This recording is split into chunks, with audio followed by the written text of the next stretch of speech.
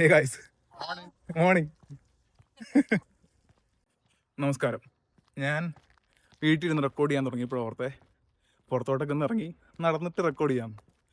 ഞാൻ എങ്ങനെയാണ് ലൈഫിൽ ഇത്രയും ഹാൻഡ്സമായി, എനിക്ക് ഇത്രയും കോൺഫിഡൻസ് ഒക്കെ എങ്ങനെ ബിൽഡ് ചെയ്യാൻ പറ്റി എന്നുള്ളതിൻ്റെ ഒരു ചെറിയ സ്റ്റോറി പോലെയാണ്. അപ്പോൾ ഞാൻ ഈ 10ാം ക്ലാസ് വരെ പഠിക്കുമ്പോൾ എനിക്ക് വലിയ സൗന്ദര്യബോധം അങ്ങനെയൊന്നുമില്ല. പക്ഷേ +1 +2 കയറിയപ്പോഴത്തേനും കൂടെ ഉള്ളവരൊക്കെ ഭയങ്കര ലുക്ക്, ആണുങ്ങളും പെണ്ണുങ്ങളൊക്കെ ഭയങ്കര ലുക്കായിട്ട് തോന്നി. അപ്പം അത്ര നാളും പഠിച്ച സ്കൂളിൽ നിന്ന് മാറി പുതിയ സ്കൂളിലോട്ട് പോയതുകൊണ്ടായിരിക്കും I didn't felt like I fit in. അത് ഞാനിങ്ങനെ ഇവാലുവേറ്റ് ചെയ്യാൻ തുടങ്ങി എന്തുകൊണ്ടായിരിക്കും. അപ്പം ഇനി ഞാൻ ലുക്ക് അല്ലാത്തതുകൊണ്ടാണോ എന്ന് ഇത് ഞാൻ കണ്ണാടി പോയി നോക്കി. 100% കൺഫേം. ഭയങ്കര സങ്കടമായി. അത് ചെറുതായിട്ട് എനിക്ക് ലുക്ക് കുറവാണെന്നുള്ളൊരു തോന്നൽ വന്നപ്പോൾ ഞാൻ ക്ലാസ്സിലുള്ളവരോട് സംസാരം കുറഞ്ഞു. എനിക്ക് പെണ്ണുങ്ങളോടൊക്കെ സംസാരിക്കണം എന്ന് ആ ഒരു സമയത്ത് ഭയങ്കര ആഗ്രഹം. Right, when you are in your teens you want to talk to friends. And പ്രത്യേകിച്ച് ഗേൾസൊക്കെ ആകുമ്പോൾ നമുക്ക് ഉള്ളിൽ ഭയങ്കര ഒരു സംസാരിച്ചാൽ കൊള്ളാമെന്നുള്ളൊരു തോന്നലൊക്കെയാണ്. പക്ഷേ ഒരു ഇൻസെക്യൂരിറ്റി, സെൽഫ് ഡൗട്ട്, പിന്നെ സൗന്ദര്യബോധം കിക്കിൻ ചെയ്തത്, അപ്പോൾ സൗന്ദര്യം ഇല്ല എന്നുള്ള തോന്നൽ, ഇതൊക്കെ കാരണം സംസാരിക്കാൻ പറ്റുന്നില്ല. അപ്പം ഞാൻ സംസാരിക്കാത്തതുകൊണ്ട് അവരെന്നോടും സംസാരം കുറഞ്ഞു. ഇത്ര സ്പീഡ് നടന്നുകൊണ്ടാന്ന് തോന്നുന്നു കഥയ്ക്ക്. ഇനി പതിയെ നടക്കണം. ഇപ്പോൾ പറഞ്ഞു വന്നതും ഇവരും സംസാരം കുറഞ്ഞപ്പം എനിക്ക് ഉറപ്പായി, ഓക്കെ, ഞാൻ കാണാൻ കൊള്ളത്തില്ല, ഞാൻ എന്തിനാ എന്നെ ദൈവം ഇങ്ങനെ സൃഷ്ടിച്ചത്, ബാക്കിയുള്ളവരൊക്കെ ലുക്കായി, ഞാൻ എന്തോ ഇങ്ങനെ ഇരിക്കുന്നത്. ഭയങ്കര ഇൻസെക്യൂരിറ്റി ആയി, ഭയങ്കര സെൽഫ് ഡൗട്ടായി, confidence went all the way to 0. +1 +2 ലൈഫാണ് ഞാൻ എപ്പോഴും പറയും എൻ്റെ ലൈഫിലെ ഏറ്റവും ഡാർക്കസ്റ്റ് 2 years. ഇനി അങ്ങനത്തെ ഒരു ലൈഫ് എനിക്ക് തിരിച്ചു വരുന്നില്ല. കാരണം എൻ്റെ ഏറ്റവും വേഴ്സ്റ്റ് 2 years കഴിഞ്ഞെന്ന് പറയും. പക്ഷേ ദ ഫണ്ണി പാർട്ട് ഈസ് ലൈഫിൽ നല്ല ഫ്രണ്ട്സായിട്ട് നിൽക്കുന്ന കുറച്ച് പേരിൽ ഒരു മേജർ ഷെയർ വഹിക്കുന്നുണ്ട് ഈ +2 കൂടെ പഠിച്ച ആൾക്കാർ. Life works in funny ways. നമ്മൾ പറഞ്ഞു വന്നത്, അങ്ങനെ ഭയങ്കര ഇൻസെക്യൂരിറ്റി, 10ൽ ഫുൾ A+ മേടിച്ചിട്ട് സ്റ്റേറ്റിൽ പോയാൽ സിമ്പിളായിട്ട് ഫുള്ള് കിട്ടുന്ന പറഞ്ഞ കോമ്പറ്റീഷൻ എടുക്കാൻ വേണ്ടി CBSE പോയതാണ്. 60% പാസ്സായി. സോ ഇങ്ങോട്ട് പോയാൽ ചിലപ്പോൾ വെയിൽ മുഖത്തടിക്കുമ്പോൾ നമുക്ക് കാണാൻ പറ്റത്തില്ല. അങ്ങനെ ആ അഹങ്കാരം മാറിക്കിട്ടി 60% പാസ്സായപ്പം. ഒരു വിധത്തിൽ ലാംഗ്വേജ് ആൻഡ് ലിറ്ററേച്ചർ പഠിക്കാൻ ഡിഗ്രിക്ക് ചേർന്നൊരു ഫസ്റ്റ് മന്ത്. അപ്പം ഒരു ബ്രേക്ക് സമയമാണ്, നമ്മൾ കോളേജിൻ്റെ ആ ഒരു വൈബും, കോളേജിൻ്റെ പ്രൈം ടൈമാണല്ലോ.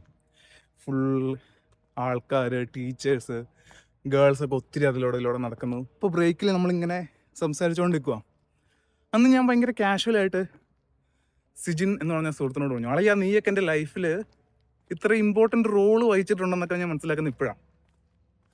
അപ്പോൾ ഞാൻ അവനോട് പറഞ്ഞു, അളയാ എനിക്ക് പെമ്പിള്ളേരോടൊന്നും മിണ്ടാൻ പറ്റത്തില്ല, കാരണം ഞാൻ ഭയങ്കര സെൽഫ് കോൺഷ്യസാണ്, എന്നെ കാണാൻ കൊള്ളത്തില്ല, അത് ഭയങ്കര ഒരു പ്രശ്നമാടാ, ഇനിയൊക്കെ അതൊക്കെ മാറ്റിയെടുക്കാം, ജനറ്റിക്സ് അല്ല, ഇങ്ങനെ ഒരു ഡിപ്രസിങ് രീതിയിൽ സംസാരിച്ചപ്പം ഭയങ്കര ക്യാഷനായിട്ട് എന്നോട് പറയുക, എടാ മണ്ട, ദൈവം നമുക്ക് കണ്ണു തന്നിരിക്കുന്നത് നമുക്ക് പെൺപിള്ളേരെ വായി നോക്കാനാണ്, അവർക്ക് നമ്മളെ വായി നോക്കാൻ പറ്റിയില്ല, അത് അവരുടെ നഷ്ടമാണ്.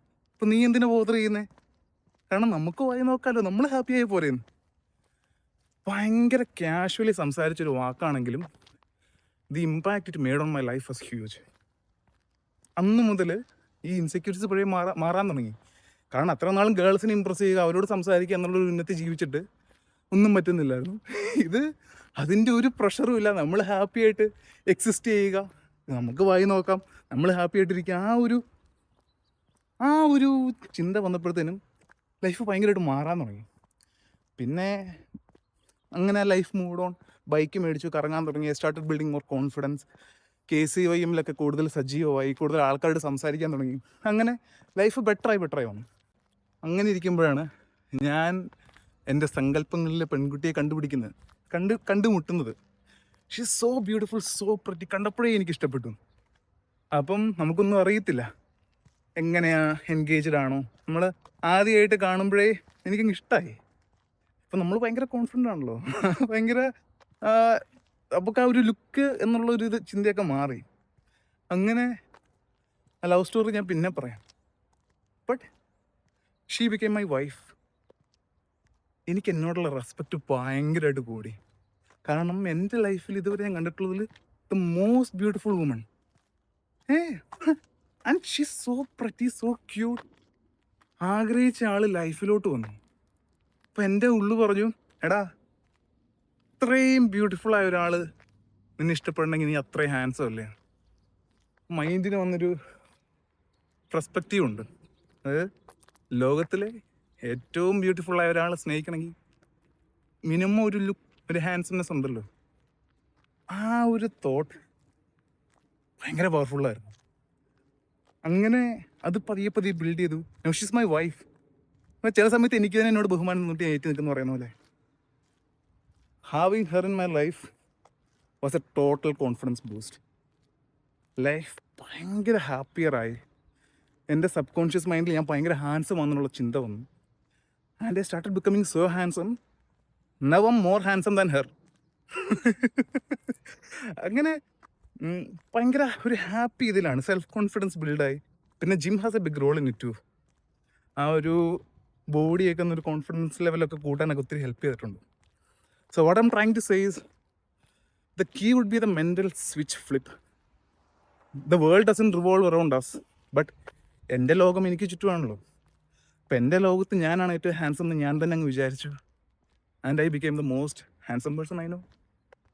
സോ ഇങ്ങനെ ലൈഫ് ബ്യൂട്ടിഫുൾ ആയിട്ട് പോകുന്നു. അതുകൊണ്ടൊക്കെയാണ് എനിക്കിങ്ങനെ ക്യാമറ നോക്കി സംസാരിക്കാനും ഇതിപ്പോൾ ഒരു റെസിഡൻഷ്യൽ ഏരിയ കൂടെ ഇങ്ങനെ ക്യാമറ നോക്കി പിടിച്ച് നടക്കാനുള്ള ഒരു കോൺഫിഡൻസ് ഒക്കെ അങ്ങനെയാണ് ബിൽഡ് ചെയ്യുന്നത്. Anyway, thanks for listening. ഇപ്പം ഒരു ഇൻ്റർസെക്ഷനിലോട്ടൊക്കെ എത്തി. ഇനി വണ്ടികളൊക്കെ ആയി, തിരക്കൊക്കെ ആയി. പതി I am turning off. Nice talking to you. By.